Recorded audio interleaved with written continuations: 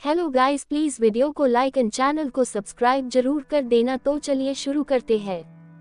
Father figure. दीक्षा ने आदित्य की आंखों में एक शरारत देखी, इसलिए वह फटाक से बाथरूम की तरफ भाग गई। पर इससे पहले कि वह दरवाजा बंद कर पाती, आदित्य अपने लंबे कदमों के इस्तेमाल से वहां पहुंचकर दरवाजा अंदर से बंद कर देता है और अपनी शरारत भरी निगाहों से दीक्षा को देखने लगा। अब आगे। वंश का अपार्टमेंट।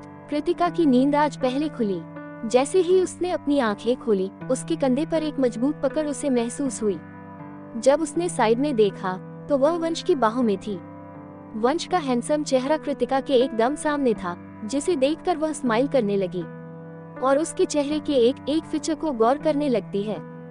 वह आहिस्ते आहिस्ते अपनी उंगलियां वंश के चेहरे पर फिराने लगी, फिर अपने चेहरे को उसकी तरफ झुकाकर उसके होंठों को आहिस्ते से चूम लेती है और झट से पीछे हट जाती है।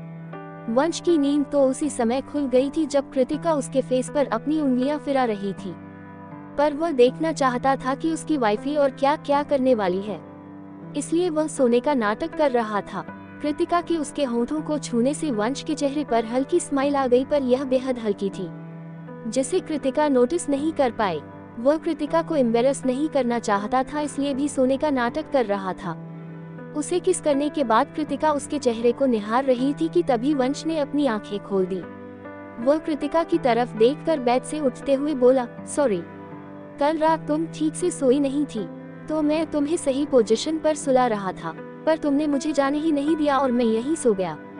उद्धरण चिन्ह। ये कहते हुए वह उठकर जाने ही लगा था कि तभी कृतिका ने उसका हाथ पकड़कर उसे वापस बेड पर ले आई और बोली, अब से आप यहीं सोएंगे, आपकी बाहों में मुझे एक सुकून मिलता है। ये कहते हुए वह झट से वॉशरूम की तरफ चली जाती है। वंश कृतिका को जाते हुए देखता है, उसके फेस पर एक स्माइल आ जाती है। वह याद करने लगता है अभी अभी कृतिका ने क्या कहा। ये सोचते हुए वह फिर से स्माइल करता है और वॉशरूम की तरफ चला जाता है। आदित्य का कमरा। दीक्षा बाथरूम के एक तरफ खड़ी थी, आदित्य दूसरी तरफ खड़ा होकर शरारत भरी निगाहों से दीक्षा को ही देखने में लगा था। वह एक एक कदम बढ़ाकर उसकी तरफ जाने लगा। दीक्षा उसे अपनी तरफ आते देख बोली, आदि प्लीज आप बाहर जाइए, आज मेरा आपके साथ नहाने का कोई मूड नहीं है। कोट। आदित्य पर तो जैसे उसकी किसी भी बातों का कोई असर ही नहीं पड़ा। वह दीक्षा के पास आकर बोला, पर मेरा तो है, और अगर तुम्हारा मूड नहीं है तो अभी बन जाएगा। ये कहते हुए वह शोवा ऑन कर देता है। दीक्षा, मुझे ठंड लग जाएगी। ये कहते हुए वह जैसे ही शोवर के नीचे से भागने की कोशिश करती है, आदित्य उसके हाथों को कसकर पकड़ लेता है और अपनी तरफ खींच लेता है। दीक्षा चाहकर भी नहीं भाग पाती, वह सीधे आदित्य के सीने में गिरती है। उसके दोनों मुलायम हाथ उसके सीने पर होते हैं। दीक्षा शोवर में भीगते हुए अपनी टिमटिमाती आंखों के साथ आदित्य को देखने लगती है। थोड़ी देर तक भीगने के बाद आदित्य शोवर बंद कर देता है। वह अपना टी शर्ट रिमूव करता है, फिर अपने हाथ दीक्षा की तरफ बढ़ाकर उसके एक एक कपड़े को रिमूव करने लगता है, फिर अपने बाकी के कपड़े भी रिमूव कर देता है। वह दीक्षा को बाथटब में आहिस्ते से डाल देता है, फिर खुद भी आ जाता है। दीक्षा आदित्य के चेहरे की तरफ देखते हुए उसकी बाहों में आहिस्ते से लिपट जाती है। आदित्य की नेक में वह अपना चेहरा छिपा लेती है। आदित्य की पकड़ दीक्षा की कमर पर कस जाती है। वह अपने एक हाथ से उसके पीठ को सहलाने लगता है, आहिस्ते से दीक्षा के सिर को चूम लेता है। दीक्षा अपनी आंखें बंद किए हुए ही धीरे से बोली, आदि। उद्धरण चिन्ह। आदित्य उसके सिर पर प्यार से हाथ फेरते हुए, हम। कोट। दीक्षा, आप हमेशा मुझे ऐसे ही अपनी बाहों में छिपा कर रखना, कभी मुझे खुद से दूर मत करना। उद्धरण चिन्ह। आदित्य उसके मुलायम हाथों को अपने हाथ में लेकर उसे किस करते हुए बोला, तुम चाहोगी तब भी नहीं। ये सुनकर दीक्षा के फेस पर स्माइल आ जाती है। वह एक नजर अपना चेहरा उठाकर आदित्य को देखती है, जो इस वक्त अपनी आंखें बंद किए हुए था। आदित्य अपनी बंद आंखों के साथ आहिस्ते आहिस्ते दीक्षा की पीठ को सहला रहा था।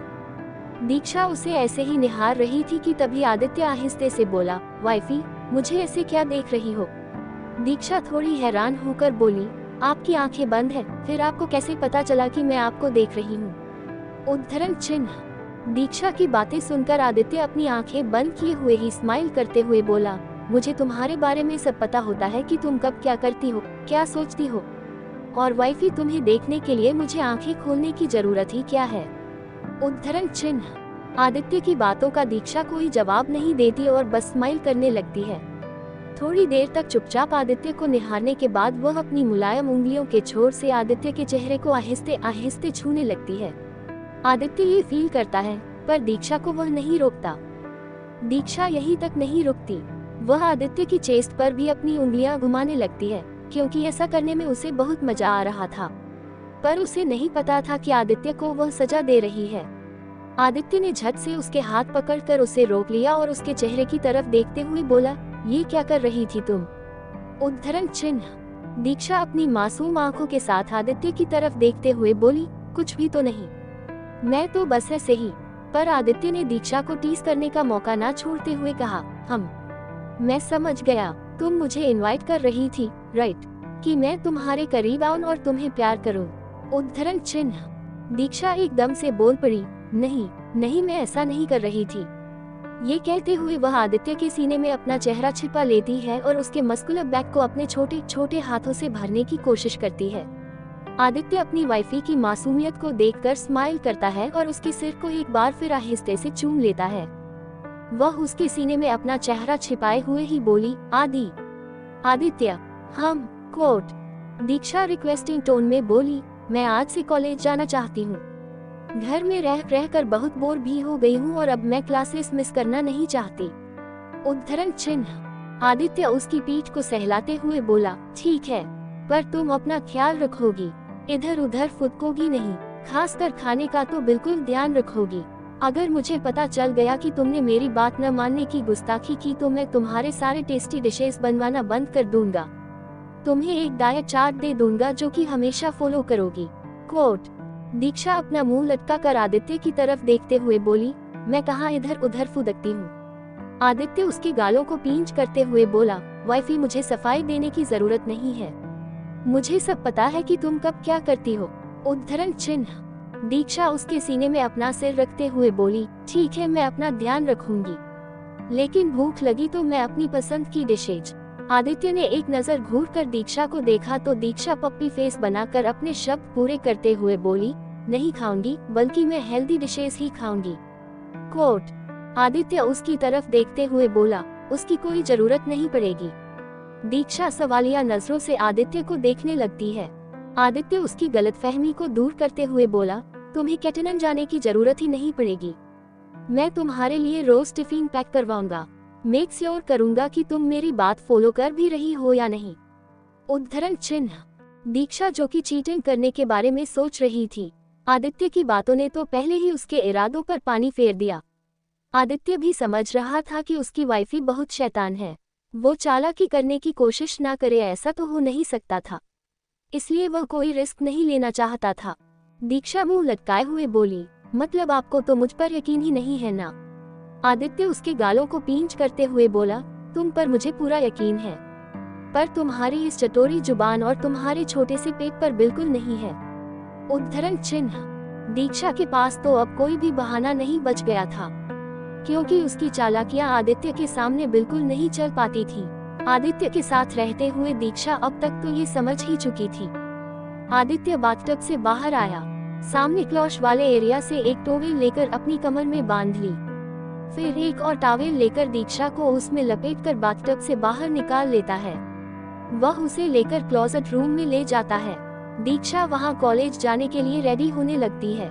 दोनों रेडी होकर नीचे ब्रेकफास्ट के लिए आ जाते हैं। सारे लोग ब्रेकफास्ट करने के बाद अपने अपने काम पर निकल जाते हैं। आदित्य नित्या को लेकर स्कूल जाने लगता है, क्योंकि आज पेरेंट्स टीचर मीटिंग जो थी इसलिए। नित्या के स्कूल का हर पीटीएम आदित्य ने ही अटेंड की थी। वह अपने दोनों बहन भाई के लिए सिर्फ एक बड़ा भाई न होकर फादर फिगर था। वह उनका एक पिता की तरह ख्याल रखता था और उन्हें प्रोटेक्ट करता था। थोड़ी देर में नित्या अपने भाई के साथ अपने स्कूल पहुंच जाती है। वहीं दीक्षा भी अपने कॉलेज के लिए निकल चुकी थी। उसे पता था आज उसके ऊपर सवालों की झड़ियां लगने वाली है, क्योंकि वह आज बहुत दिनों बाद जो कॉलेज जा रही थी। आदित्य ने उसे कंप्लीट बेड रेस्ट करवाया था, इसलिए वह इस दौरान कॉलेज नहीं जा रही थी। आज बड़े दिनों बाद कॉलेज पहुंचकर दीक्षा को भी बहुत अच्छा लग रहा था। स्कूल पहुंचकर स्कूल की प्रिंसिपल मिसेस डिसूजा ने आदित्य का वेलकम किया। आदित्य वहां दी बिजनेस किंग आदित्य मल्होत्रा की हैसियत से नहीं बल्कि एक पेरेंट के ओहदे से गया था। वह जैसे ही प्रिंसिपल के कैबिन में एंटर हुआ, उसकी निगाहें वॉल पर टंगी पेंटिंग्स पर गई, जिसे देखकर आदित्य के फेस पर स्माइल आ गई, क्योंकि ये वही पेंटिंग्स थी जिसे दीक्षा ने नित्या के लिए बनाई थी। और प्रिंसिपल मैम को पेंटिंग्स बहुत पसंद आई, उन्होंने उसे अपने कैबिन में लगवाया है, ऐसा नित्या ने कहा था। पेंटिंग्स को निहारते हुए वह प्रिंसिपल के कैबिन में बैठा और मिसेस डिसूजा के साथ कुछ डिस्कशंस करने लगे। नित्या अपनी क्लास में जाकर पढ़ाई कर रही थी। 10 मिनट बाद पीटीएम स्टार्ट हो गई। बाकी बच्चों के पेरेंट्स भी मीटिंग में आए थे। प्रिंसिपल और बाकी टीचर्स बच्चों की प्रोग्रेस रिपोर्ट को लेकर उनके पेरेंट्स से बात कर रहे थे। मिसेस डिसूजा ने नित्या की प्रोग्रेस रिपोर्ट के बारे में भी आदित्य से डिस्कस किए। वैसे तो नित्या की प्रोग्रेस रिपोर्ट अच्छी ही होती थी, इस बार भी ये काफी पॉजिटिव थी। आदित्य रेगुलरली अपने बच्चों की पढ़ाई की इंफॉर्मेशन उनके टीचर्स से लेता ही रहता था। 2-3 घंटे के बाद मीटिंग खत्म हो गई। आज स्कूल में हाफ डे था, इसलिए नित्या की भी छुट्टी हो गई थी। आदित्य ने सोचा कि वह अपनी प्रिंसेस को घर ड्रॉप करने के बाद ऑफिस जाएगा। वह मीटिंग हॉल में से बाहर आया। नित्या वहां कहीं भी नहीं दिखी तो उसने एक पियोन से उसके बारे में पूछा तो उसने बताया कि नित्या तो आज अपने क्लास से बाहर ही नहीं आई है। ये सुनकर आदित्य को नित्या की चिंता होने लगी, क्योंकि लगभग सारे बच्चे अपने पेरेंट्स के साथ घर के लिए निकल चुके थे और नित्या अभी तक क्लासरूम में ही थी। आदित्य ने नित्या के क्लास का पता पूछा और उस तरफ अपने लंबे कदमों से बढ़ने लगा। खैर, वह मीटिंग हॉल में से बाहर आया। नित्या वहां कहीं भी नहीं दिखी तो उसने एक पियोन से उसके बारे में पूछा तो उसने बताया कि नित्या तो आज अपने क्लास से बाहर ही नहीं आई है। ये सुनकर आदित्य को नित्या की चिंता होने लगी, क्योंकि लगभग सारे बच्चे अपने पेरेंट्स के साथ घर के लिए निकल चुके थे और नित्या अभी तक क्लासरूम में ही थी। आदित्य ने नित्या के क्लास का पता पूछा और उस तरफ अपने लंबे कदमों से बढ़ने लगा। अब आगे क्लास में एंटर करते ही आदित्य ने देखा कि नित्या अपने पेट पर हाथ रखे हुए अपना सिर डेस्क पर रखे हुए थी। उसे देखकर लग रहा था कि वह पेन में है। आदित्य नित्या की डेस्क के पास गया और आहिस्ते से उसके कंधे पर हाथ रख दिया। नित्या ने सिर उठाकर देखा तो ये उसके आदित्य भाई थे। नित्या की आंखों में आंसू थे। वह उठ खड़ी हुई। आदित्य उसके आंसू देखकर परेशान हो गया। वह नित्या के आंसू पोंछते हुए प्यार से बोला, बच्चा क्या हुआ, तुम रो क्यों रही हो? उद्धरण चिन्ह। नित्या आदित्य की तरफ देखकर अपने दर्द भरे एक्सप्रेशन के साथ बोली, भाई पेट में बहुत दर्द हो रहा है। नित्या की बातें सुनकर आदित्य का ध्यान उसकी स्कूल यूनिफॉर्म की स्कर्ट पर गई, जहां ब्लड स्टेन लगे हुए थे। आदित्य ने उसके सिर पर प्यार से हाथ फेरा और उसके माथे को चूमते हुए बोला, तुम टेंशन मत लो, सब ठीक हो जाएगा। कोट। नित्या आदित्य के करीब आकर उसे हक कर लेती है। आदित्य भी उसे हक कर लेता है। वह नित्या को अपनी गोद में उठाकर कार की तरफ ले जाता है। वही ड्राइवर उसके स्कूल बैग को लेकर कार में रख देता है। कार मल्होत्रा हाउस के लिए निकल जाती है। थोड़ी ही देर में वे मल्होत्रा हाउस पहुंच जाते हैं। आदित्य नित्या और उसके स्कूल बैग को लेकर उसके कमरे में आ जाता है। वह नित्या से अलग होकर उसके सिर को प्यार से सहलाते हुए बोला, जाओ जाकर शोवर ले लो। हम। उद्धरण चिन्ह। नित्या एक बार फिर आदित्य को हक कर लेती है और वॉशरूम की तरफ चली जाती है। वही आदित्य अपने कमरे में आ जाता है, क्योंकि नित्या की ब्लड स्टेन आदित्य के व्हाइट शर्ट पर भी लग चुकी थी, इसलिए वह भी अपने कपड़े चेंज कर लेता है। फ्रेश होकर बाहर आने के बाद वह वंश को कॉल करता है और उसे कुछ इम्पोर्टेंट इंस्ट्रक्शंस भी देता है। दूसरी तरफ दीक्षा का कॉलेज। दीक्षा, रोशनी, भावना और छवि के साथ वही क्लास के बाहर ही टहल रही थी। तभी उनका ध्यान नोटिस बोर्ड पर गया, जहां बहुत सारे स्टूडेंट्स कुछ पढ़ रहे थे। भावना ने उस तरफ इशारा किया तो चारों उस जाने लगे। नोटिस बोर्ड पर एनुअल डे से रिलेटेड नोटिफिकेशंस थे। आने वाले कुछ दिनों में उनके कॉलेज में एनुअल डे का फंक्शन होने वाला था, जिसमें स्टूडेंट्स डिफरेंट एक्टिविटी में पार्टिसिपेट कर सकते थे, जिसे देखकर चारों के फेस पर एक स्माइल आ गई। वे कब से यही तो चाहते थे कि कॉलेज में इस तरह का कोई फंक्शन हो। रोशनी दीक्षा की तरफ देखते हुए बोली, हे दीक्षा, तुझे तो डांस कंपटीशन में पार्टिसिपेट करना चाहिए। दीक्षा के दिमाग में भी यही चल रहा था। वे इस बारे में और डिस्कशन करते कि वहां पर ब्लैक स्टैलियंस आ गए। वे दीक्षा और उसकी फ्रेंड्स को वहां से हटाने की कोशिश करने लगे, क्योंकि उन्हें भी नोटिस बोर्ड की नोटिफिकेशन को पढ़ना था। उनकी ऐसी हरकतों को देखकर दीक्षा को बहुत गुस्सा आ गया। वैसे भी शुरुआत से ही दीक्षा की इस ग्रुप के साथ खास रिश्ता नहीं रहा था। उसके कॉलेज के पहले दिन की शुरुआत ही उनसे भीड़ कर हुई थी। दीक्षा पहली लड़की थी जो खुलेआम इस ग्रुप को चैलेंज कर दिया था। उन्होंने ने भी दीक्षा से बदला लेने की कोशिश की थी। उसे बॉयज वॉशरूम में बंद कर दिया था ताकि दीक्षा को एम्बैरेसमेंट फील हो। पर इससे पहले कि दीक्षा के साथ कुछ गलत हो, रोशनी ने पहले ही आकर दीक्षा को बचा लिया था। दीक्षा को वो सारी बातें याद थी। उसने अपनी मुट्ठियां भींच ली और अपनी जलती आंखों से उनकी तरफ देखते हुए बोली, ये क्या तरीका है? दया दीक्षा की तरफ शैतानी स्माइल लिए हुए बोली, दिख नहीं रहा तुम्हारे सामने ब्लैक स्टैलियंस हैं और फिर भी तुम बेशर्मों की तरफ हमारे रास्ते पर खड़ी हो। उद्धरण चिन्ह। दीक्षा भी पूरे जोश में आकर बोली, क्यों? क्या तुमने इस कॉलेज को खरीद रखा है जो अपनी मनमानी से जब चाहे तब कुछ भी कर सकती हो? उद्धरण चिन्ह। शनाया को दीक्षा पर बहुत जोर से गुस्सा आ गया। वह अपनी जलती आंखों से दीक्षा की तरफ घूरते हुए बोली, यू ... तुम्हारी हिम्मत भी कैसे हुई इस टोन में बात करने की? वह अपनी मुट्ठी का पंच बनाते हुए ज्यों ही दीक्षा को मारने के लिए आगे बढ़ती है। दीक्षा फुर्ती दिखाते हुए तुरंत उसका हाथ पकड़कर उसे बीच में ही रोक लेती है और उसके हाथ को मरोड़ते हुए उसकी आंखों में आंखें डालकर बोली, हिम्मत भी मत करना समझी, वरना अगले दिन तुम टूटे हुए हाथों के साथ कॉलेज आओगी, फिर तो तुम्हें कोई देखेगा भी नहीं। हम तो चुपचाप खुद को संभालो और निकलो यहाँ से। ये कहते हुए दीक्षा जोर से उसका हाथ झटक देती है, जिससे शनाया को तेज दर्द होता है। उसकी हल्की आह भी निकल जाती है। मयंक तो दीक्षा को निहारता ही रह गया। वह दीक्षा की हिम्मत देखकर पहले ही उसका कायल हो गया था।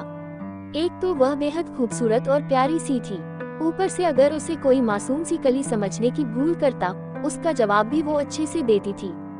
मयंक को दीक्षा को इस तरह से निहारता देख दिया अंदर तक जल जाती है। एक तो पहले से ही दीक्षा ने उन सबको मुंह तोड़ जवाब दे दिया था, ऊपर से उसका बॉयफ्रेंड भी दीक्षा को ही ताड़ रहा था। दया से ये सब बिल्कुल ही बर्दाश्त के बाहर था। रोशनी भी उन सबको आंखें दिखाते हुए बोली, तुम लोगों ने सुना नहीं, चुपचाप निकलो यहाँ से, और अब तुम लोगों की हेकड़ी ज्यादा दिन तक नहीं चलने वाली समझे। कोट। तान्या अपनी जलती आंखों से दीक्षा और रोशनी को देखकर बोली, तुम्हारी इस करतूत की सजा तुम्हें मिलेगी, तुम दोनों को इसके लिए पे करना पड़ेगा। ये कहते हुए वे पांचों दांत पीसते हुए वहाँ से चले गए। बाद में दीक्षा और उसकी फ्रेंड्स भी वहाँ से चली गई। आदित्य जब अपना काम खत्म करके नीचे नित्या के रूम में आता है तो वह शोवर ले चुकी थी। वह बेड पर आराम से लेटी हुई थी। उसकी बॉडी लैंग्वेज को देखकर लग रहा था कि वह अभी भी तकलीफ में है। आदित्य तुरंत किचन में गया और थोड़ी देर बाद वह वापस आ गया। उसने अपने हाथों में रखा हुआ खाने का ट्रे साइड टेबल पर रख दिया और नित्या को हॉट वाटर बैग दे दिया ताकि इससे उसकी तकलीफ थोड़ी कम हो जाए। नित्या अपनी टिमटिमाती आंखों से आदित्य की तरफ देखती है। आदित्य उसके करीब आता है तो नित्या एक पिलो लेकर आदित्य की गोद में रख देती है और उस पर अपना सिर टिका देती है।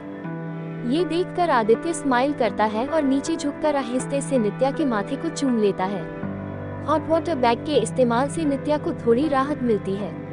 आदित्य प्यार से अपनी प्रिंसेस के सिर को सहलाने लगता है। वह उसकी तरफ देखते हुए बोला, बच्चा अब कैसा फील कर रही हो? उद्धरण चिन्ह। नित्या, पहले से काफी बेहतर भाई। आदित्य उसके सिर को सहलाते हुए बोला, चलो अब उठ जाओ, तुम्हें भूख लगी होगी ना? नित्या हाँ में सिर हिला देती है क्योंकि उसे भूख तो लगी थी। आदित्य उसे उठने में हेल्प करता है और उसके सामने खाने की ट्रे रख देता है जिसमें नित्या की फेवरेट डिशेज ही थी, साथ में हर्बल टी भी और नित्या के फेवरेट चॉकलेट भी थे। खाने को देखकर नित्या के फेस पर चमक आ गई। वह आदित्य की तरफ देखते हुए अपनी चमकती आंखों के साथ बोली, भाई ये तो। कोट। आदित्य उसके सेंटेंस को पूरा करते हुए बोला, तुम्हारी फेवरेट डिशेज हैं। आदित्य पहले उसे हर्बल टी पीने के लिए कहता है, फिर उसके सिर को सहलाते हुए बोला, रोज रोज नहीं मिलेगी, सिर्फ आज के लिए ही है, ओके। नित्या भी हर्बल टी पीते हुए किसी छोटे बच्चे की तरह ओके कहती है। नित्या और ईशान के लिए आदित्य ही उसके मॉम और डैड थे। इतने सालों से आदित्य अपने इस रोल को बखूबी भी निभाते आ रहा था। उसने इन दोनों को अपने बच्चों की तरह परवरिश दी थी। उनकी हर छोटी बड़ी तकलीफ का बखूबी ख्याल भी रखा था। नित्या और ईशान अपने आदित्य भाई से अपनी जान से भी ज्यादा प्यार करते थे। आदित्य भी अपने छोटे भाई बहनों से बहुत प्यार करता था, उनकी हमेशा केयर करता था, पर कभी जताता नहीं था। हर्बल टी पीने के बाद नित्या खाने की तरफ अपना एक निवाला बढ़ाती है तो आदित्य उसे रोक देता है। वह उसके हाथों से खाने की प्लेट लेते हुए बोला, तुम बैठो, मैं खिलाता हूँ। ये कहकर वह नित्या की तरफ एक एक निवाला बढ़ाता है। नित्या आदित्य की तरफ देखते हुए खाने लगती है। अचानक से नित्या की आंखों में आंसू आ जाते हैं। ये देखकर आदित्य घबरा सा जाता है। वह खाने की प्लेट साइड में रखकर नित्या के चेहरे को अपने हाथों में भरते हुए बोला, प्रिंसेस बच्चा क्या हुआ, तुम रो क्यों रही हो। ये कहते हुए उसने नित्या को हग कर लिया। नित्या ने अपने आदित्य भाई को कसकर हग कर लिया। आदित्य प्यार से उसके सिर को सहलाने लगा। उसे अब नित्या की बहुत फिक्र हो रही थी। उसे लग रहा था कि नित्या का दर्द कम नहीं हुआ होगा, इसलिए वह रो रही है। वह थोड़ी देर तक यूं ही उसे हग किए रहने के बाद उसके कंधे को पकड़कर आहिस्ता से खुद से अलग करता है और उसके आंसू पोंछते हुए उसके गालों को सहला कर बोला, बच्चा क्या हुआ, मुझे बताओ, क्या तुम्हें ज्यादा दर्द हो रहा है। तुम टेंशन मत लो, अगर ऐसा है तो हम डॉक्टर के पास जाएंगे। हम उद्धरण चिन्ह। नित्या आदित्य की तरफ देखते हुए बोली, नहीं भाई मैं ठीक हूँ, अभी ज्यादा दर्द नहीं हो रहा। फिर वो उसके सीने पर अपना सिर रखते हुए बोली, थैंक यू भाई, ईशान भाई और मेरे मॉम डैड बनने के लिए। भाई मैं बता नहीं सकती कि आप मेरे लिए क्या हो, आई लव यू भाई। ये कहते हुए नित्या अपने छोटे छोटे हाथों से अपने आदित्य भाई की मस्कुलर बैक को भरने की कोशिश करती है। नित्या की इमोशनल बातें सुनकर आदित्य के फेस पर एक हल्की स्माइल आ जाती है। ईशान और नित्या दोनों उसके जिगर के टुकड़े थे, जिन्हें वह हर हालत में महफूज रखना चाहता था। आदित्य ने आहिस्ते आहिस्ते नित्या को सारा खाना खिला दिया। खाना खाकर नित्या को नींद आने लगी। वह आदित्य की गोद में ही सर रखकर सो गई। जब आदित्य को लगा कि नित्या गहरी नींद में सो गई है तो उसने ठीक से सुलाकर ब्लैंकेट से अच्छी तरह कवर कर दिया और उसके सिर को प्यार से चूमते हुए उसके कमरे से बाहर आ गया।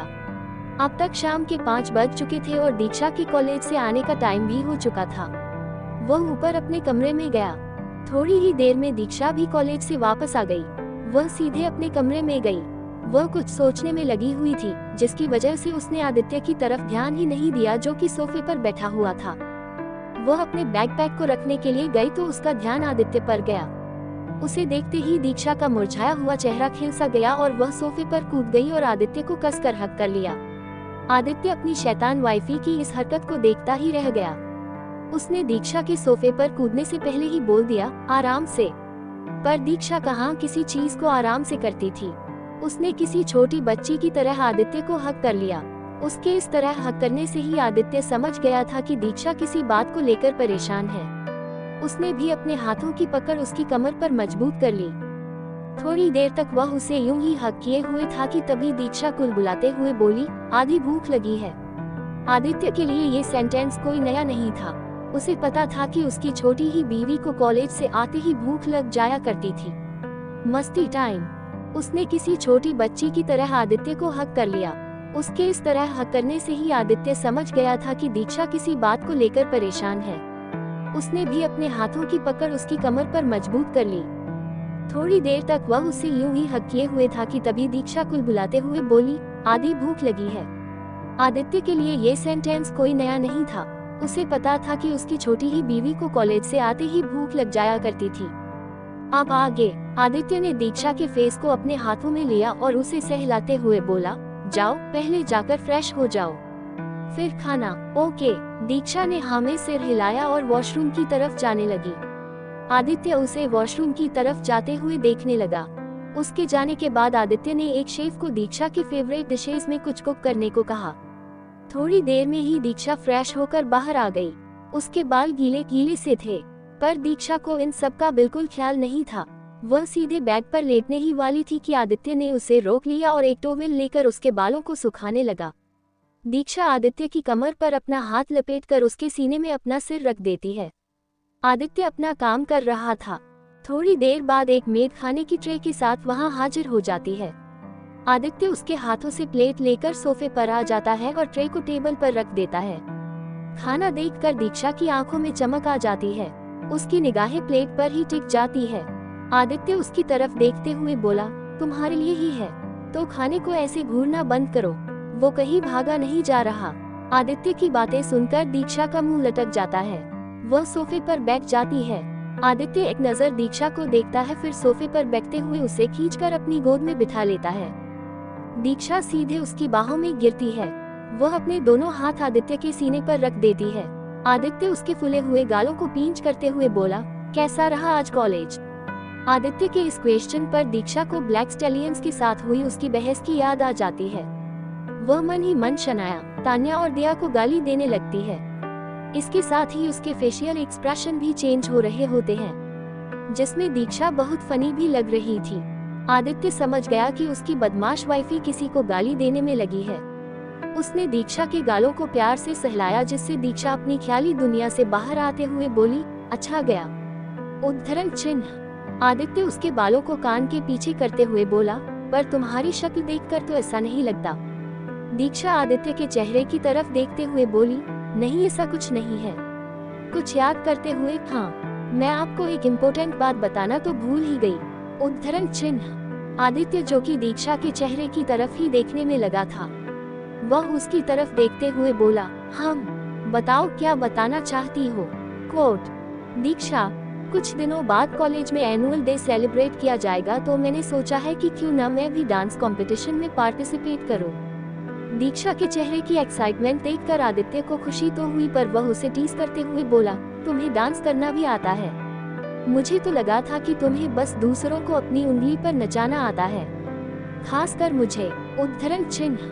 आदित्य का इतना कहना था कि दीक्षा का चेहरा लड्डू की तरह फूल जाता है। वह घूरते हुए आदित्य को देखने लगती है और साथ ही बेहद क्यूट भी लग रही थी। उसे इस तरह देखकर आदित्य की हंसी छूट जाती है, तो दीक्षा उसकी गोद से उठकर जाने की कोशिश करती है, पर आदित्य मजबूती से उसके कमर को थामे हुए था, जिससे वह चाहकर भी उठ नहीं सकती थी। जब उसे लगा कि वह आदित्य की फिजिकल स्ट्रेंथ को चैलेंज नहीं कर सकती, तो वह चुपचाप खाने की तरफ अपना हाथ बढ़ाने लगती है, तो आदित्य उसे भी बीच में ही अपने दूसरे हाथ से पकड़ लेता है।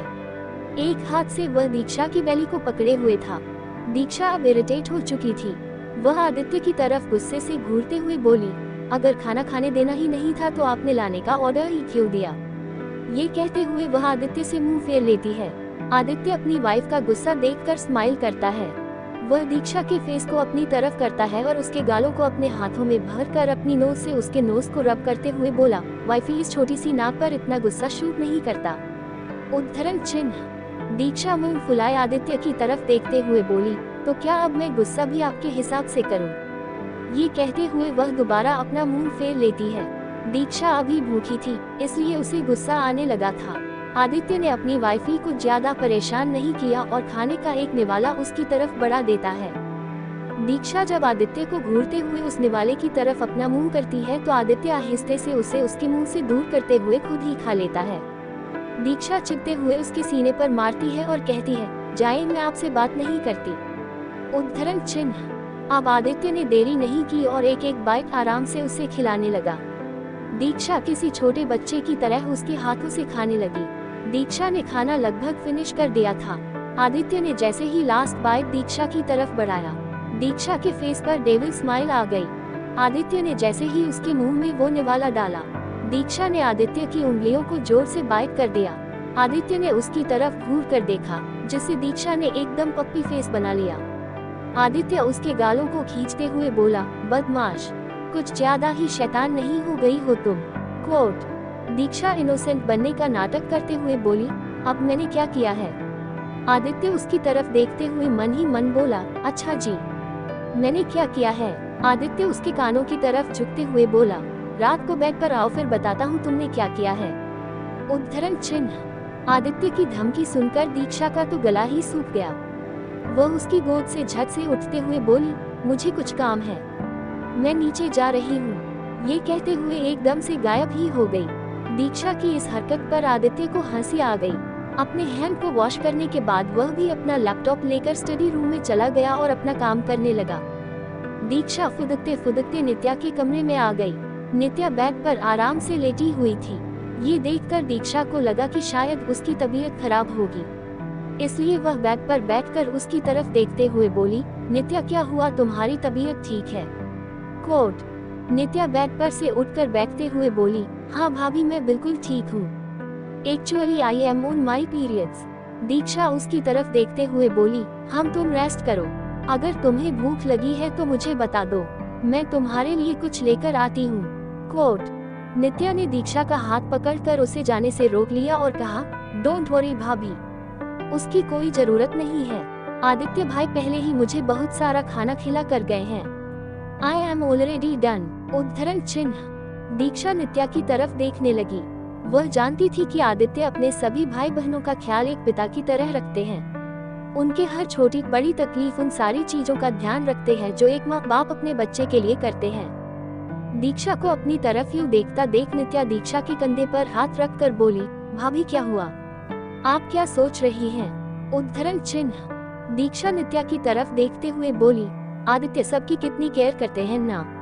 जिस पर नित्या स्माइल करते हुए बोली, भाभी आपको पता है, मुझे समझ ही नहीं आता था कि दिशा कपूर आपसे जलती क्यों है, पर बाद में रियलाइज हुआ कि आपके पास आदित्य भाई के जैसा केयरिंग और लविंग पार्टनर है तो उसका क्या हर लड़की का आपसे जलना जायज है। उद्धरण चिन्ह। नित्या की बातें सुनकर दीक्षा भी स्माइल करते हुए बोली, यू आर राइट। मैंने सपने में भी नहीं सोचा था कि मुझे आदित्य जैसे पति मिलेंगे जो मुझसे इतना प्यार करेंगे जितना कि शायद मैं भी खुद से न करती रहूं। उद्धरण चिन्ह। नित्या दीक्षा की तरफ देखते हुए बोली, भाभी आदित्य भाई मेरे और ईशान भाई के जान हैं। हमारे मॉम और डैड हमारे आदित्य भाई ही हैं। मैं सिर्फ 10 साल की थी जब हमारी मॉम इस दुनिया को छोड़कर हमें हमेशा हमेशा के लिए छोड़कर चली गई। भाभी आपको पता है, आदित्य भाई सबसे ज्यादा मॉम से ही प्यार करते थे। वो उनके दिल के सबसे करीब भी थे। मॉम आदित्य भाई को खुद की परछाई मानती थी, पर मॉम के यूं अचानक चले जाना भाई के लिए किसी गहरे सदमे से कम नहीं था। पर उस वक्त आदित्य भाई के पास मॉम के लिए खुलकर रोने का भी टाइम नहीं था, क्योंकि उन्हें अपने छोटे भाई बहनों और पूरी मल्होत्रा फैमिली को संभालनी थी। हम सबके लिए आदित्य भाई ने अपने दर्द को अपने दिल के किसी कोने में ही दफन कर दिया और हमारे लिए इस घर के लिए ढाल बन गए। उद्धरण चिन्ह। नित्या की बातें सुनकर दीक्षा की आंखें पूरी तरह नम हो गईं। नित्या आगे भी बताने वाली थी कि तभी नित्या के कमरे में ईशान और मोहित एंटर होते हैं। दीक्षा अपने आंसुओं को साफ करके अपने फेस पर एक स्माइल ले आती है। ईशान नित्या के बेड पर पसरते हुए बोला, क्या बातें चल रही है दोनों नंद भाभी के बीच में? नित्या, ये हमारी बातें थी, आपको क्यों बताएं? उद्धरण चिन्ह। मोहित नित्या के सिरहाने के पास बैठते हुए बोला, प्रिंसेस क्या हुआ? तुम्हारी तबीयत ठीक है ना? नित्या, हाँ भाई मैं ठीक हूँ। Actually I am on my periods, इसलिए बस रेस्ट कर रही थी। फिर दीक्षा भाभी आ गई तो उनसे बातें कर रही थी। कोट। मोहित ने हाँ में सिर हिलाया। नित्या आहिस्ते से पिलो लेकर मोहित की गोद में रख देती है और उसके ऊपर अपना सिर रख देती है। मोहित उसके सिर पर प्यार से हाथ फेरने लगता है। नित्या अपने दोनों भाइयों की तरफ देखते हुए दीक्षा से बोली, लेकिन भाभी मुझे एक बात समझ नहीं आई, आज अचानक इन महापुरुषों ने इधर का रास्ता कैसे नाप लिया? उद्धरण चिन्ह। ईशान, क्यों, क्या हम तुम्हारे रूम में नहीं आ सकते? वैसे भी हम सबको साथ में टाइम स्पेंड किए और मस्ती किए हुए काफी टाइम हो गया था, तो क्यों ना आज के टाइम को यूटिलाइज किया जाए? उद्धरण चिन्ह। मस्ती का नाम सुनते ही दीक्षा के फेस पर चमक आ गई। वह ईशान की तरफ देखते हुए बोली, ईशान इज राइट, हम सब शांत क्या पड़ गए, पूरा मल्होत्रा हाउस एकदम सुनाही हो गया है। उद्धरण चिन्ह। मोहित, क्यों न हम सब कोई गेम खेलें? वैसे तो ईशा दी और रेहान भाई के बिना हमारी हर मस्ती अधूरी ही रहती है, पर हम एडजस्ट कर लेंगे। उद्धरण चिन्ह। दीक्षा सवालिया नजरों से सबकी तरफ देखते हुए बोली, पर हम खेलेंगे क्या? सभी एक दूसरे का मुंह ताकने लगे, क्योंकि इन वक्त पर कोई गेम भी तो याद नहीं आता था। नित्या सजेस्ट करते हुए बोली, क्यों न हम ट्रूथ और डेयर ही खेलें, लेकिन एक नए स्टाइल में। जिसने ट्रूथ सिलेक्ट किया उसके लिए तो रूल सेम है, पर जो डेयर सिलेक्ट करेगा उसे बाउल की चिट में से जो आएगा वो परफॉर्मेंस करना पड़ेगा, और जो अपना टास्क कंप्लीट नहीं कर पाएगा उसे सबको पार्टी देनी पड़ेगी। उद्धरण चिन्ह। डन। तीनों एक साथ बोलते हैं, क्योंकि नित्या का आइडिया उन्हें भाग गया था। नित्या बहुत से कागज के टुकड़ों पर टास्क लिखती है और उसे एक बाउल में डाल देती है। नित्या सबकी तरफ देखते हुए बोली, तो सबसे पहले आएगा कौन? सभी एक दूसरे की शक्ल देखने लगते हैं, पर कोई आगे नहीं आता। नित्या दीक्षा की तरफ देखती है तो वह पहले हीना में अपना सिर हिलाने लगती है। नित्या को एक आइडिया आता है, एक काम करते हैं, हम पिलो वाला ही गेम रखते हैं। जिसके हाथों पर पिलो रुकेगा सबसे पहले वही टास्क करेगा। उद्धरण चिन्ह। सभी हाँ में सिर हिला देते हैं। नित्या अपने फोन में टाइमर लगा देती है और फिर क्या था, चारों जल्दी जल्दी एक दूसरे के ऊपर पिलो फेंकने लगते हैं। सबकी एक्साइटमेंट देखकर नित्या बोली, रिलैक्स गाइस, ये कोई बॉम्ब नहीं है जो आप सब ऐसे फेंके जा रहे हैं। उद्धरण चिन्ह। सभी पिलो एक दूसरे पर फेंक ही रहे होते हैं कि तभी टाइमर खत्म हो जाता है और पिलो ईशान पर रुक जाता है। दीक्षा ईशान की तरफ देखते हुए बोली, ट्रूथ और डेयर। ईशान ट्रूथ सिलेक्ट करता है। नित्या ईशान से क्वेश्चन करने के लिए आगे आती है। नित्या कुछ सोचते हुए बोली, ईशान भाई, चलो आप मोहित भाई से रिलेटेड कोई ऐसा ट्रूथ बताओ जिसे आपने छिपा कर रखा हो और अब तक किसी को न बताया हो। कोट। मोहित भी नित्या के सवाल पर क्यूरियस होकर ईशान को देखने लगता है।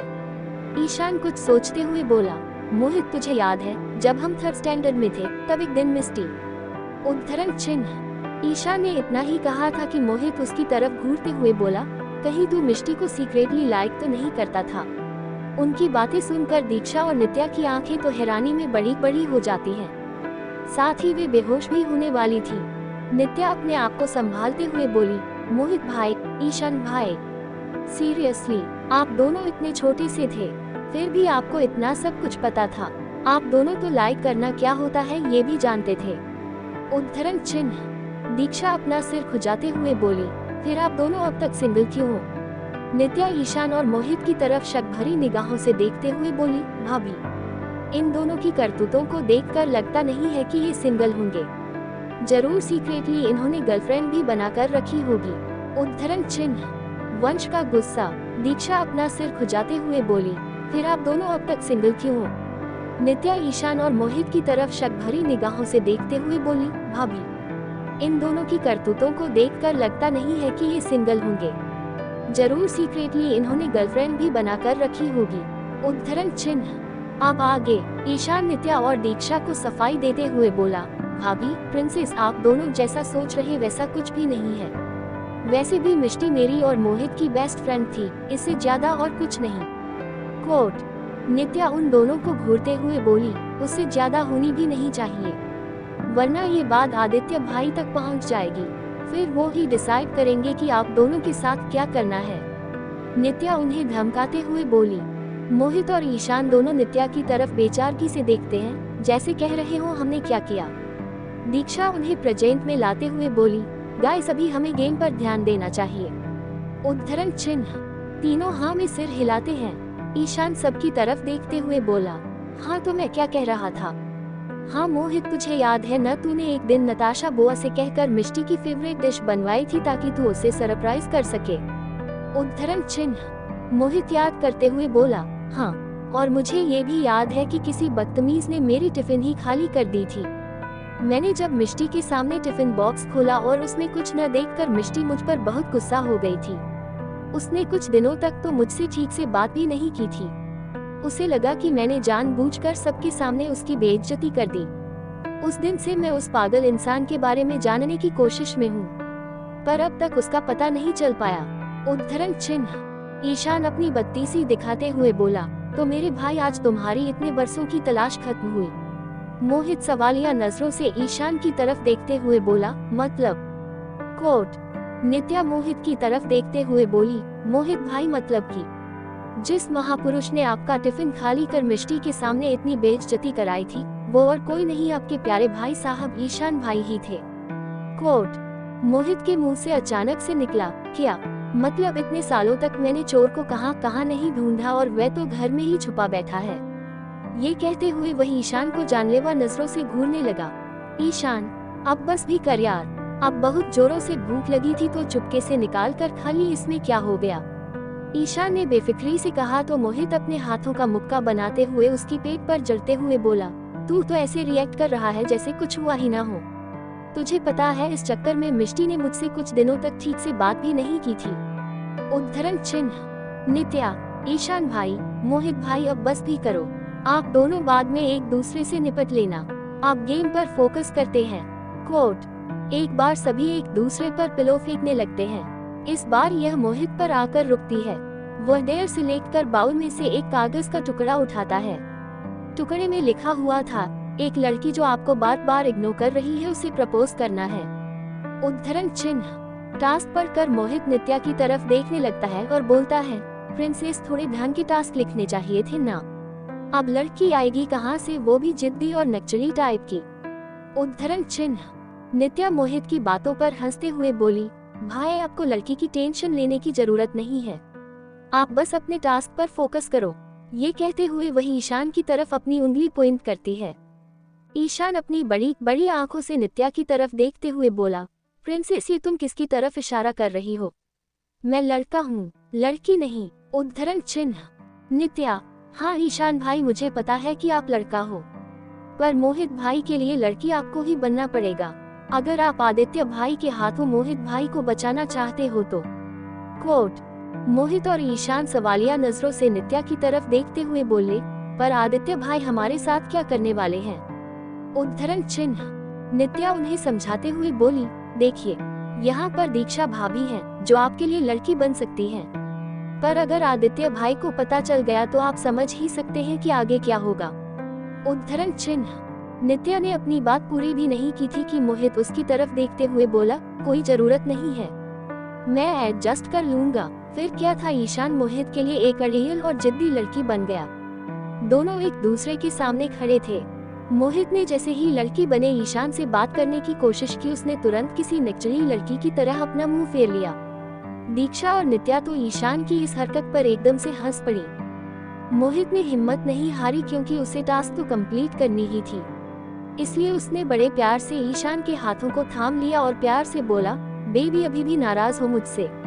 उद्धरण चिन्ह। ईशान ने एकदम से मोहित का हाथ झटक दिया और उससे दूर जाते हुए बोला, तुम तो मुझसे बात ही न करो तो अच्छा है। पर मोहित उसका पीछा नहीं छोड़ता और उसके पीछे पीछे जाने लगता है। जब उसे लगता है कि अब ईशान मानने से रहा तो वह गुस्से से भर कर बोला, अब अगर तुमने मेरी बात नहीं मानी तो मैं मार मार कर अपनी बात मनवाऊंगा। उसकी ऐसी बातें सुनकर नित्या और दीक्षा आंखें बड़ी करके दोनों को देखने लगी। नित्या मोहित को डांटते हुए बोली, मोहित भाई आप एक लड़की को प्रपोज कर रहे हो या जंग पर लड़ने की तैयारी कर रहे हो? कोई किसी को इस तरह प्रपोज करता है क्या? उद्धरण चिन्ह। मोहित झुंझलाते हुए नित्या की तरफ देखकर बोला, प्रिंसेस तुमने देखा ना, ईशान लड़कियों से भी ज्यादा नखरे कर रहा है। इसकी जगह पर अगर असली की लड़की होती ना तो भी मैं उसे मना लिया होता, पर तुम्हारा भाई कुत्ते की दुम है। उद्धरण चिन्ह। ये सुनकर ईशान मोहित को खा जाने वाली नजरों से देखने लगा। नित्या उन दोनों को रोकते हुए बोली, अरे बस भी करो आप दोनों, जब देखो तब लड़ते ही रहते हो। और ईशान भाई, मोहित भाई सच कह रहे हैं, आप कुछ ज्यादा ही नखरे दिखा रहे हो। कोट। दोनों ने एक दूसरे को देखा और फिर से शुरू हो गए। थोड़ी ही देर में मोहित ने ईशान को घूरते घूरते आखिर उसे मना ही लिया।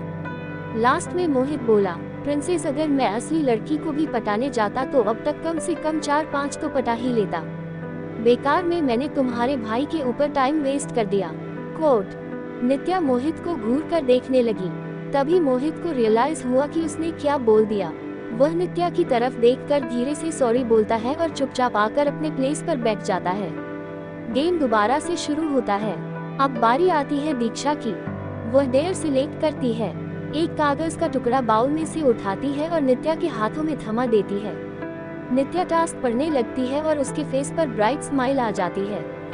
दीक्षा सवालिया नजरों से नित्या की तरफ देखती है कि आखिर ऐसा क्या लिखा है टास्क में।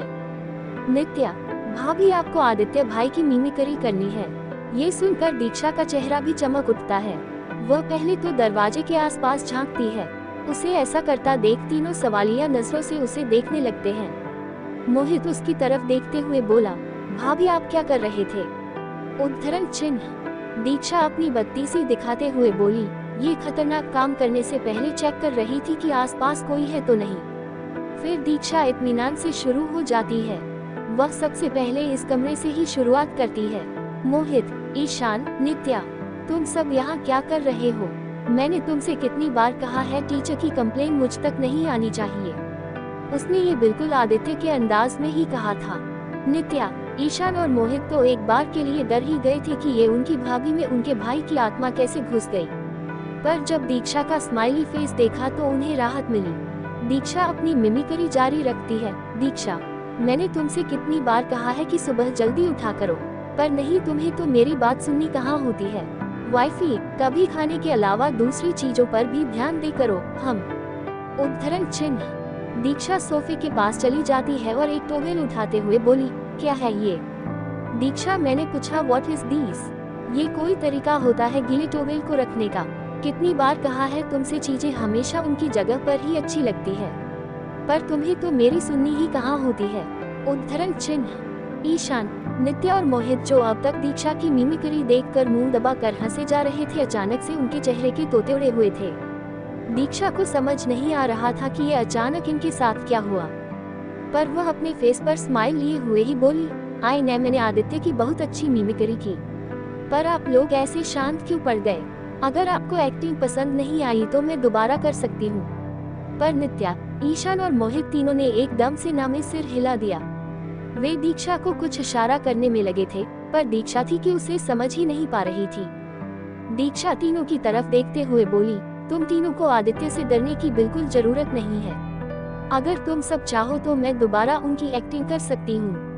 नित्या दीक्षा को इशारे से ना बोलते हुए पीछे देखने को बोली।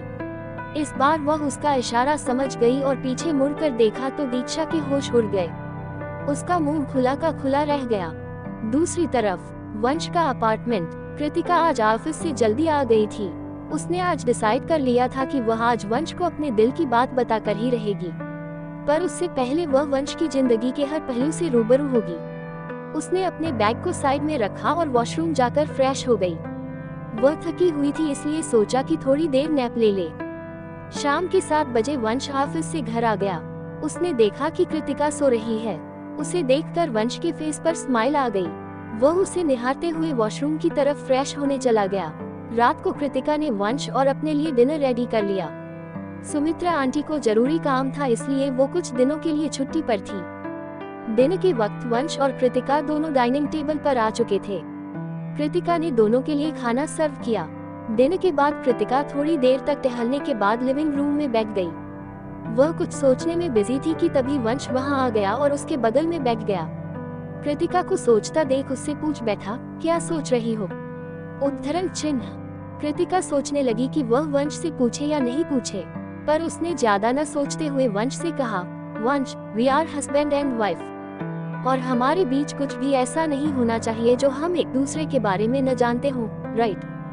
जिस पर वंश ने अपनी भावहीन आंखों से कृतिका की तरफ देखकर हाँ में सिर हिला दिया। शायद उसे पता चल गया था कि कृतिका आगे क्या पूछने वाली थी। कृतिका वंश के हाथों को अपने हाथ में लेते हुए बोली, वंश प्लीज, मुझे आपके मॉम डैड, आपकी फैमिली और आपकी पास्ट लाइफ के बारे में जानना है। उद्धरण चिन्ह। कृतिका की बातें सुनकर वंश एकदम से अपनी मुट्ठियां भींच लेता है।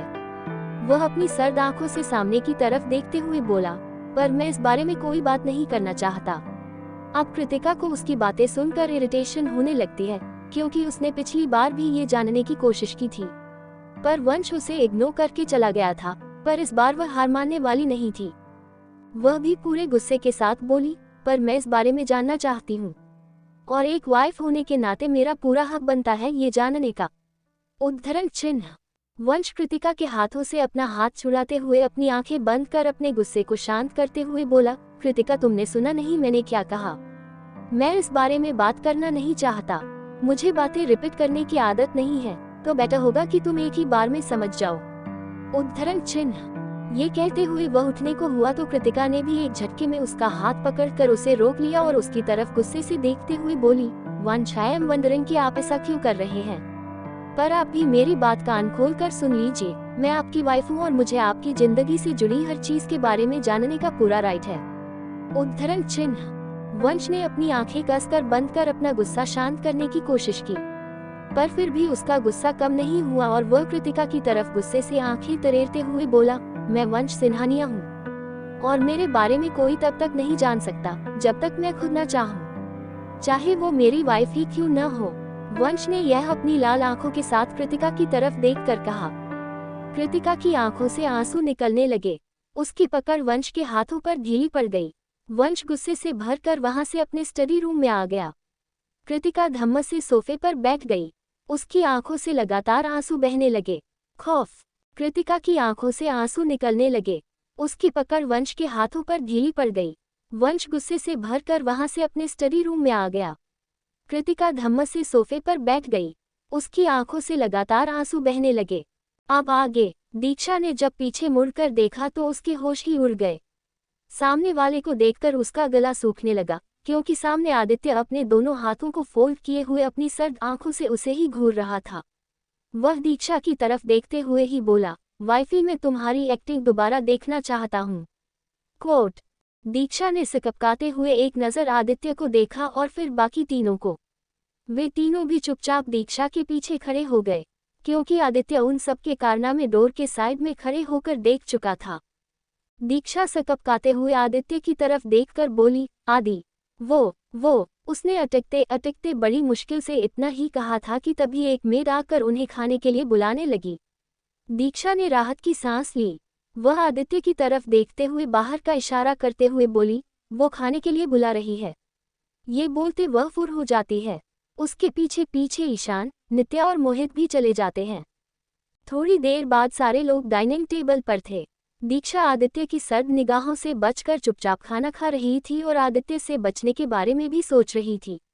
दीक्षा को इस तरह से टेंशन में देख शीतल जी पूछ बैठी, बेटा क्या हुआ? आप परेशान लग रही हैं। क्या आदि ने आपसे कुछ कहा है? उद्धरण चिन्ह।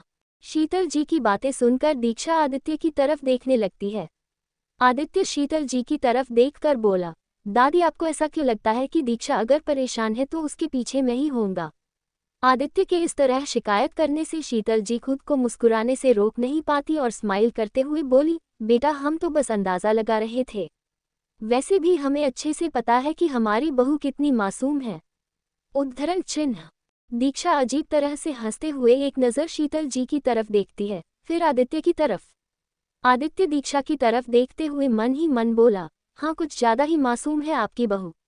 दीक्षा समझ गई कि आदित्य के मन में क्या चल रहा होगा, इसलिए वह चुपके से अपना खाना खत्म कर वहां से जाने को होती है तो आदित्य टेबल के नीचे से झट से दीक्षा का हाथ पकड़ लेता है। दीक्षा तो बस उसे देखती ही रह जाती है। आदित्य खाना लेने के बहाने दीक्षा की तरफ झुकता है और उसके कानों में बोला, इन अ बेडरूम, बी फास्ट। उद्धरण चिन्ह।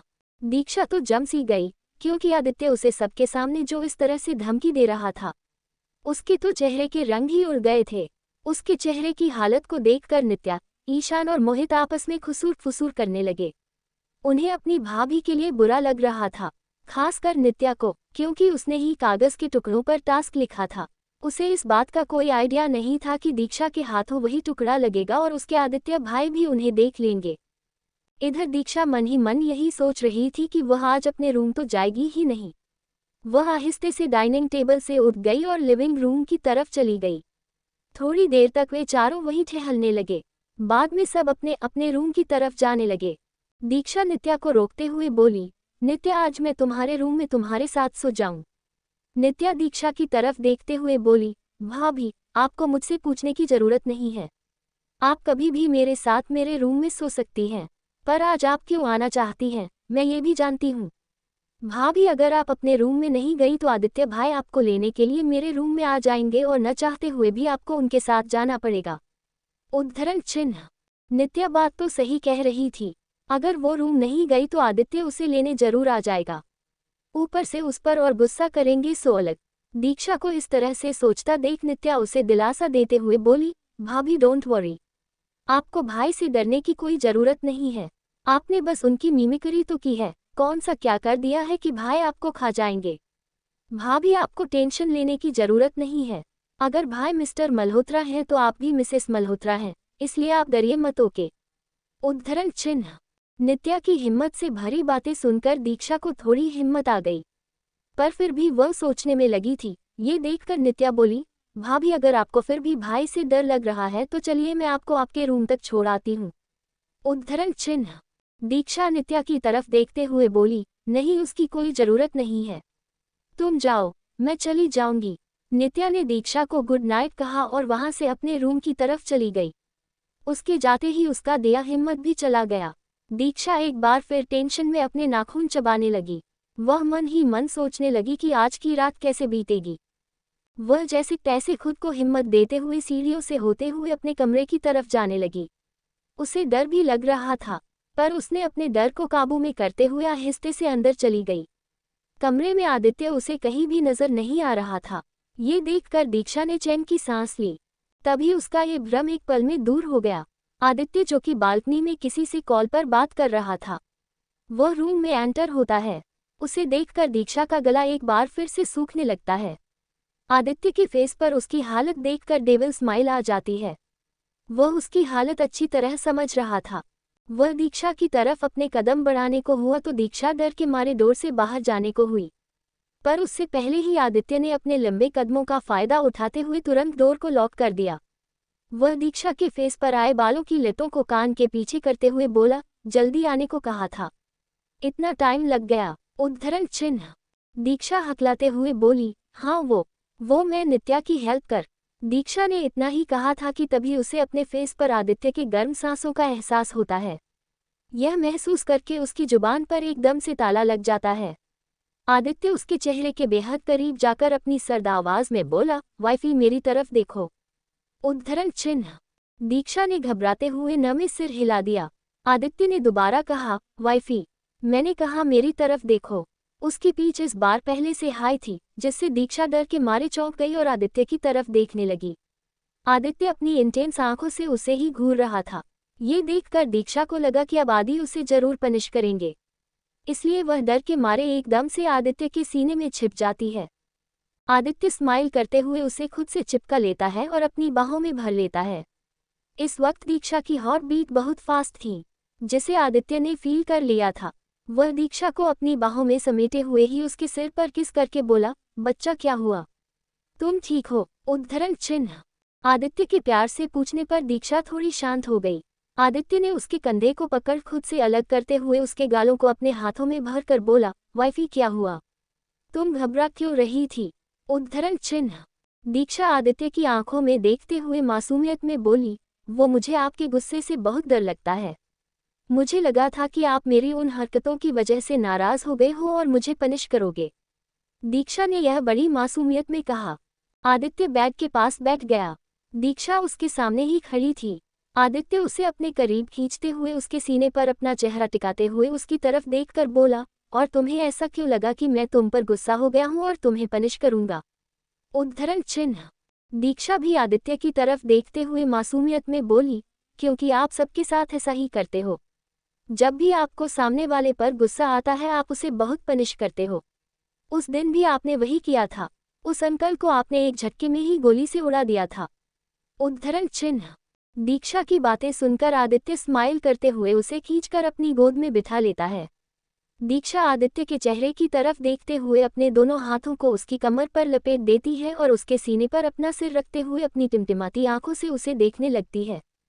आदित्य उसके गालों को प्यार से सहलाते हुए बोला, दीक्षा तुम मेरी वाइफ हो, और मेरी जान से भी ज्यादा प्यारी भी। मैं तुम्हें कभी हट नहीं कर सकता, चाहे मैं कितने गुस्से में भी क्यों न रहूं। उद्धरण चिन्ह। दीक्षा अपनी मासूम आंखों से बस आदित्य को ही देखे जा रही थी। ये देखकर आदित्य स्माइल करते हुए उसकी नाक को आहिस्ते से पींच करते हुए बोला, तो उस दिन मुझे पहली बार देखकर तुम्हारे मन में क्या ख्याल आया था। दीक्षा आदित्य की तरफ अपनी मासूमियत से भरी आंखों से देखते हुए बोली, यही कि इस डेविल का चेहरा मैं और कभी ना देखूं। ये कहने के बाद वह आदित्य के जवाब का वेट किए बगैर ही उसके सीने में खुद को छिपा लेती है। आदित्य अपनी वाइफी का जवाब सुनकर हंस देता है। वह उसे कंधे से पकड़कर उसका चेहरा अपनी तरफ करते हुए उसके गालों को सहलाते हुए बोला, पर इस डेविल से तो तुम्हारी शादी भी हो गई। उद्धरण चिन्ह। दीक्षा आदित्य की आंखों में देखते हुए बोली, तब मुझे ये नहीं पता था न कि ये हैंडसम डेविल दिल का कितना अच्छा है, और एक दिन मैं उससे बेइंतहान प्यार करने लगूंगी। ये सुनकर आदित्य दीक्षा के होठों की तरफ झुककर उसे आहिस्ते से चूम लेता है। दीक्षा अपनी नम आंखों के आदित्य की तरफ ही देख रही थी। आदित्य उसका ध्यान भटकाने के लिए बोला, तो तुम रेडी हो अपनी पनिशमेंट के लिए। कोट। पनिशमेंट शब्द सुनकर दीक्षा सिकपकाते हुए आदित्य की तरफ देखकर बोली, पनिशमेंट? कैसी पनिशमेंट? आदित्य उसके होठों को अपनी उंगलियों से सहलाते हुए बोला, उसी की पनिशमेंट जो तुमने खाना खाते वक्त मेरी उंगलियों के साथ किया था। कोट। अब दीक्षा के जहन में आदित्य की कई बातें गूंजने लगती है। जब उसने उसकी उंगलियों को जोर से काट लिया था, उस वक्त आदित्य ने उससे कहा था, रात को बेड पर आओ फिर बताता हूँ कि तुमने क्या किया। ये याद आते ही दीक्षा इधर उधर देखने लगती है। ऐसा करते हुए वह बेहद क्यूट लग रही थी। आदित्य को उसकी क्यूटनेस पर बहुत प्यार आ रहा था। दीक्षा आदित्य की आंखों में देखते हुए बोली, आदि वो। आदित्य दीक्षा के होठों के बेहद करीब आकर बोला, हाँ बोलो वाइफी। दीक्षा झट से वॉशरूम की तरफ जाते हुए बोली, मुझे वॉशरूम जाना है। ये कहते हुए वह बाथरूम के दरवाजे के खोलकर झट से अंदर चली जाती है और दरवाजा बंद कर देती है। आदित्य ये देखकर स्माइल करता है, क्योंकि वह समझ गया था कि उसे वॉशरूम यूज नहीं करना था, ये तो दीक्षा का उससे बचने का बहाना था। वह अंदर से गहरी गहरी सांसें लेकर खुद को रिलैक्स करने में लगी हुई थी। तभी उसे आदित्य की आवाज़ सुनाई पड़ी, वाइफी हाइड एंड सीक खेलना हो गया हो तो जल्दी बाहर आ जाओ वरना मैं खुद ही तुम्हें लेने आ जाऊंगा। उद्धरण चिन्ह। पर आदित्य की बातों का दीक्षा पर कोई असर नहीं पड़ा। वह चुपचाप वहीं खड़ी रही। आदित्य समझ रहा था कि वह जानबूझकर उसे इग्नोर कर रही है। आदित्य ने बिना देरी किए एक झटके में बाथरूम का डोर ओपन कर दिया। वह दीक्षा के करीब जाते हुए उसके बालों को कान के पीछे करते हुए बोला, कुछ ज्यादा ही शैतान नहीं हो गई हो। उद्धरण चिन्ह। दीक्षा फिर से वॉशरूम से बाहर भागने को होती है तो आदित्य झट से उसका हाथ पकड़कर उसे रोकते हुए बोला, इतनी आसानी से नहीं वाइफी। ये कहते हुए वह दीक्षा को अपने करीब खींचकर जैसे ही शो ऑन करने को हुआ दीक्षा उसे रोकते हुए बोली, आदि प्लीज मुझे ठंड लग जाएगी। उद्धरण चिन्ह।